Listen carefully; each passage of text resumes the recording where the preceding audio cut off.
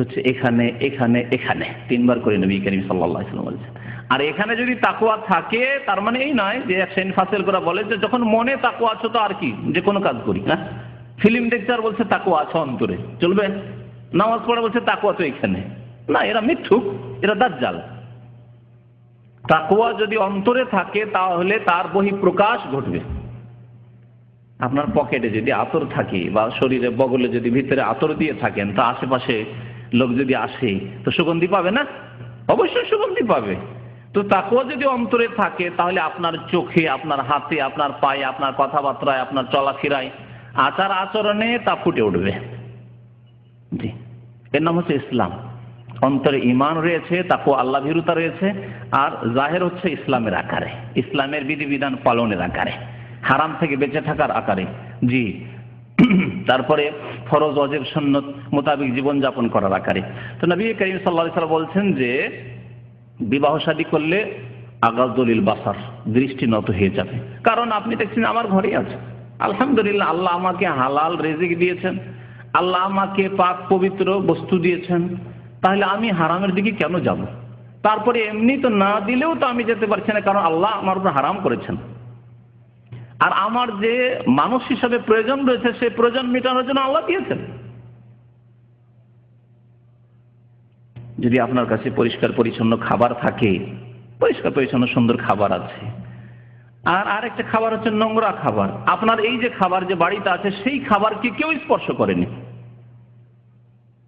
জুটো হয়নি, সেই খাবার আপনার ঘরে রয়েছে। আর আরেকটি খাবার দেখছেন যে মাছি ভানভান করে বসছে তার উপর, সেই খাবার আপনার সামনে এসছে, আপনি বাড়ির এই পরিষ্কার পরিচ্ছন্ন সাফ সুতরা খাবার ছেড়ে ওই ভ্যানম্যান করে মাছি বসছে, আর কত লোকে হাত দিয়েছে, খেয়েছে, জুটা করে রেখেছে, ওই খাবার কি আপনি খাবেন? রুচি হবে? একজন মানুষ যদি মুসলিম নাও হয়, ফাসিক মুসলিমও নয়, যদি কাফেরও হয়, এই প্রশ্ন যদি কাফেরকেও করি, ইহুদি খ্রিস্টানকেও করি, একটা হিন্দুকেও করি, যে আপনার বাড়িতে ভালো পরিষ্কার খাবার আছে আর আপনার সামনে আরেকটা খাবার পেশ করা আছে, মাছি একেবারে ভর্তি ভ্যানম্যান করছে, আর অনেকে তা জুটো করে ফেলেছে, খেয়েছে দিয়েছে, তারপরে উচ্ছিষ্ট কিছু থেকে গেছে, কিন্তু খাবারটা দেখতে সুন্দর লাগছে, খাবারটা দেখতে খুব সুন্দর লাগছে, কারণ হারাম দেখতে সুন্দর লাগে। আপনি কি ওই খাবার খাবেন? আপনার বাড়িতে যে স্ত্রী আছে, আলহামদুলিল্লাহ, আল্লাহ আপনাকে নিয়ামত দান করেছেন এবং আপনার সাথে সেটি খাস, সেটি আপনার, তাতে আর কোনো মাছি বসে না। জি, কোনো পাপিষ্ঠ লোক সুযোগ পায় না সেখানে। আর রাস্তাঘাটে যেসব মহিলা চলে, রাস্তাতে পথে দেখছেন, হোটেলে দেখছেন, স্কুল কলেজ ইউনিভার্সিটিতে দেখছেন, বাসে দেখছেন, হাসপাতালে দেখছেন, সেগুলি এমন যেগুলিতে মাছির মতো ভ্যানম্যান করে পাপিষ্ঠ ফাসেক নোংরা লোকেরা দৃষ্টি নিক্ষেপ করছে। আপনার ওই নাপাক খাবার, নোংরা খাবার খেতে ভালো লাগবে? কখনো না। আপনার মনে শান্তি হবে, আলহামদুলিল্লাহ, পাক পবিত্র খাবার আমার ঘরে রয়েছে। আল্লাহ বলছেন কুলু মিনাত তাইয়্যিবাত, পাক পবিত্র খাবার আল্লাহ খেতে বলেছেন, আছে আমার ঘরে। ওয়া আমালু সালিহান, এবং তারপরে নেক আমল, সৎ আমল করো, তাহলে কবুল হবে। পাক পবিত্র খাবেন, পাক পবিত্র ভোগ করবেন, আর তারপরে নেক আমল করবেন, তাহলে আল্লাহ দরবারে কবুল হবে। তো নবী করিম সাল্লাল্লাহু আলাইহি ওয়াসাল্লাম আরো বলছেন ওয়া আহসানু লিল ফারজ, বিবাহ শাদী করলে লজ্জা স্থানের সুরক্ষা হবে, দৃষ্টি নত হয়ে যাবে, আর দৃষ্টি নত হয়ে গেলে আর আগে বাড়ার সুযোগ পাবে না শয়তান। যখন আপনি দৃষ্টিকে নত করে নিলেন তখন শয়তান আর সুযোগ পাবে, সেখান থেকে শেষ। কিন্তু আপনি যদি সুযোগ দিয়ে দেন, দৃষ্টিকে সুযোগ দিয়ে দেন, শয়তান এক কদম সুযোগ পেয়ে গেল, আর এক কদম নেওয়ার চেষ্টা করে, আর এক কদম আগে বাড়াবার চেষ্টা করে, আর এক কদম আগে বাড়াবার চেষ্টা করে, এইভাবে আপনার চরিত্রকে নষ্ট করে ফেলবে, আপনাকে ব্যভিচারের মতো গুনাহে লিপ্ত করে ফেলবে। তাই নবী সাল্লাল্লাহু আলাইহি ওয়াসাল্লাম বলছেন বিবাহ শাদী হয়ে গেলে আহসানুল ফারজ, লজ্জা স্থানের হেফাজত হয়ে যাবে। আপনাকে আল্লাহ এই নিয়ামত দান করেছে, যথেষ্ট আপনার জন্য এই নিয়ামত। আল্লাহ পাক রব্বুল আলামিন যদি এমন কোন যুবক হয় যে মাশাআল্লাহ এত শক্তিশালী আর তার স্ত্রী দুর্বল, তাহলে আল্লাহ তার জন্য সুযোগ রেখেছে।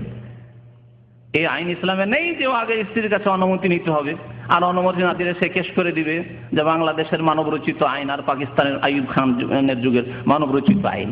ইসলামে নেই। প্রয়োজন রয়েছে, আমার প্রয়োজন মিটছে না, আমার দ্বারা গুনার সম্ভাবনা রয়েছে, আশঙ্কা আছে, আমার স্ত্রী আমার জন্য যথেষ্ট হচ্ছে না, আল্লাহ পাকের 2, 3, 4 ফান কেহু মা তাবালাকুম মিনান নিসা মাসনা ওয়া সুলাসা ওয়া রুবা, 2 2 3 3 4 4 বিবাহ শাদী করো যদি প্রয়োজন হয়। ফাইনলাম তাস্তাতি আনতা দিল, যদি ইনসাফ না করতে পারেন, আপনি একে ইমানের দুর্বল, তাকওয়াই দুর্বল, শারীরিক দিক থেকে দুর্বল, আর্থিক দিক থেকে দুর্বল, দুটো স্ত্রী দুটো ভালো বাড়ি করতে পারবেন না কোন রকম বাস করার জন্য, একই বাড়িতে একই ঘরে একই উঠানে রাখবেন আর ঝগড়া করতে থাকবে দুইজন, আপনি তামাশা দেখতে থাকবেন। আমার দেশের মানুষের বিবাহ শাদী তো এইরকমই, একই উঠানে এই রুমে এক স্ত্রী গেছে, এই রুমে এক স্ত্রীকে সামনে বেরোলে দুইজন লড়াই শুরু করে দেয়, আর ইয়ে তামাশা দেখে অযোগ্য স্বামী। আল্লাহ বলছেন যে তাহলে ফাওয়াহিদা, একটি বিয়ে করো। আলাদা আলাদা ঘর করার ক্ষমতা নেই, তাহলে ফাওয়াহিদা, একটি বিয়ে করো, যাতে করে তোমার দ্বারা জুলম অত্যাচার না হয়। তো লজ্জা স্থানের হেফাজত হবে বিবাহ শাদী করলে। ওয়ামান লাম ইয়াস্তাতি, কেউ যদি বিবাহ শাদী না করতে পারে, বিবাহ শাদী করার সুযোগ আসছে না, অনেকে অবিবাহিত এখানে চলে এসেছেন, 2-4-5 বছর হয়ে গেছে, না দেশে যেতেই পারছেন, আর দেশে গেলেও দেখছেন যে দেশে গিয়ে বিবাহ শাদী করলে আবার 1 মাস পরে চলে আসতে হবে, তো যাক এই 1 মাসের জন্য বিবাহ না করে একবার 2-4-5 বছর কিছু কাজ করে চলে আসি। আমরা বিশেষ করে প্রবাসী যেহেতু সামনে আমরা সবাই রয়েছি, সুতরাং এই বিষয়টি আরো স্পষ্ট হওয়া ভালো যে হয়তো বিবাহ শাদী করার যোগ্যতা আছে, কিন্তু মাত্র 1 মাস 2 মাস ছুটি কেটে আবার চলে আসবো, যাক 2-4-5 বছর একবারই কাজ টাজ করে চলে আসি, তারপর বিবাহ শাদী করে বাংলাদেশে বসেই যাব, ভালো কথা। তাহলে আপনাকে কেমন হতে হবে? অমাল্লাম ইয়াস্তাতি, যেই ব্যক্তি বিবাহ করতে পারছেন না, অভাবের কারণে হোক বা কোনো অসুবিধার কারণে হোক, বিদেশে থাকার কারণে হোক, বিদেশেও যদি আল্লাহ পাক রব্বুল আলামিন সুযোগ দেন বিবাহ শাদী করার, করবেন, এটি হচ্ছে সুন্নাত তরিকা, কিন্তু হয়তো এই অবস্থায় এইরকম সুযোগ সুবিধা নেই। ফাআলাইহি বিসসাম, তাহলে সেই ব্যক্তির গুনাহ থেকে বাঁচার রাস্তা হচ্ছে যে সে বেশি বেশি নফল সিয়াম পালন করবে, রোজা রাখবে। ফাইন্নাহু লাহু বিজাউন, কারণ রোজা রাখলে যে যৌন কামনা বাসনা আছে সেটি চাপা থাকবে, সেটি ঠান্ডা থাকবে, তা আপনাকে বেশি বিরক্ত করবে না, তা আপনাকে বেশি পরেশান করবে না, যা আপনার অশান্তির কারণ হতে পারে না, আপনাকে পাপে লিপ্ত হইতে পারে, এইরকম সম্ভাবনা কমে আসবে। প্রথম কথা, সিয়াম রোজা হচ্ছে ইবাদত। আপনি যখন বেশি বেশি নফল রোজা রাখবেন, সোমবার রোজা রাখছেন, বৃহস্পতিবার রোজা রাখছেন, তখন আপনি ইবাদতে আছেন। আপনি চিন্তা করছেন আমি সপ্তাহে 2 দিন রোজা রাখি, আর আমার দ্বারা এরকম গুনাহ অশ্লীল ছবি দেখবো, আমি একটা মহিলার দিকে তাকাবো, এই রকমের ঈমান আপনার তৈরি হবে, তাকওয়া আল্লাহ ভীরুতা সৃষ্টি হবে। এক, যে আপনি ইবাদতে থাকছেন, ঘন ঘন ইবাদত বন্দেগী থাকছেন এই রোজার ইবাদতে। 2 নম্বর কথা, রোজা রাখার মাধ্যমে শারীরিক দিক থেকে আল্লাহ পাক রব্বুল আলামিন এমন আপনার মধ্যে যোগ্যতা সৃষ্টি করে দেবেন যে আপনার দ্বারা গুনাহের সম্ভাবনা কমে যাবে, আপনার যে যৌন চাহিদা আছে সেটি ঠান্ডা থাকবে। ফাইন্নাহু লাহু বিজাউন, বুখারী মুসলিম শরীফের হাদিস। তো এইভাবে নবী সাল্লাল্লাহু আলাইহি ওয়াসাল্লাম বিবাহ শাদীর জন্য যুবকদেরকে উৎসাহিত করেছেন। সুতরাং যত তাড়াতাড়ি সম্ভব বিবাহ শাদী করে নিতে হবে। আমাদের সমাজে কুসংস্কার রয়েছে, বড় ভাই বিয়ে করে না, দুবাই আছে, ইউরোপ আছে, আমেরিকা আছে, না ও আসছে না বিয়ে করছে, না ও ছোট ভাই বিয়ে করতে পারবে। আর যদি বলে বিয়ের কথা ছোট ভাই, তাহলে বড়ই বেয়াদবি। কত বড় বেয়াদব রে, ওর বড় ভাই বিয়ে করেনি, ওর মেজো ভাই বিয়ে করেনি, উনি ছোট বিয়ে করবে, বড় বেয়াদব তো মানে সেজে যাবে দেশে। না, এগুলি জাহেল বাবা মা, মূর্খ মাতা পিতা। যেই ব্যক্তি গুনাহ থেকে বাঁচতে চায় এবং তার মধ্যে যোগ্যতা আছে, যেমন বলা হলো বিবাহ শাদীর যোগ্যতা রয়েছে, সে বিবাহ শাদী করবে, ছোট হোক আর বড় হোক। তারপরে আমাদের দেশে কুসংস্কার আছে, বোন সাবালিকা আছে, বোনের বিয়ে হয়নি, কি করে বিয়ে করে? বড় আয়ের দোষের কথা যে বোনকে রেখে বিয়ে করবে। আরে তার গুনাহ থেকে বেঁচে থাকতে হবে, তার এই বিবাহ শাদীর বোনের সাথে কি সম্পর্ক? কুসংস্কার, এগুলি ইসলাম বিরোধী কথা। আলোচনা 1 ঘন্টায় করব, কারণ আজকে বিবাহ শাদী সম্পর্কে আলোচনা সম্পূর্ণ হবে না, সেই জন্য আগামী সপ্তাহে বা তার পরের সপ্তাহে ইনশাআল্লাহ তাআলা আলোচনা করব।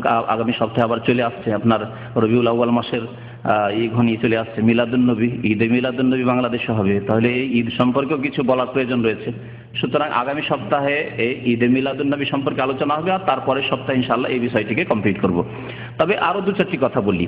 আপনি যখন বিবাহ শাদী করতে যাবেন একজন যুবক হিসাবে, তখন আপনার স্ত্রী আপনাকে নির্বাচন করতে হবে। এই নির্বাচন পরামর্শ অবশ্যই নেবেন, কিন্তু আপনার এই ক্ষেত্রে ইখতিয়ার কেমন হবে, এই ক্ষেত্রে আপনাকে নবী করিম সাল্লাল্লাহু আলাইহি সাল্লাম কি বলেছেন তা আপনার জেনে রাখা উচিত। নবী করিম সাল্লাল্লাহু আলাইহি ওয়াসাল্লাম ইরশাদ করেছেন, তুনকাহুল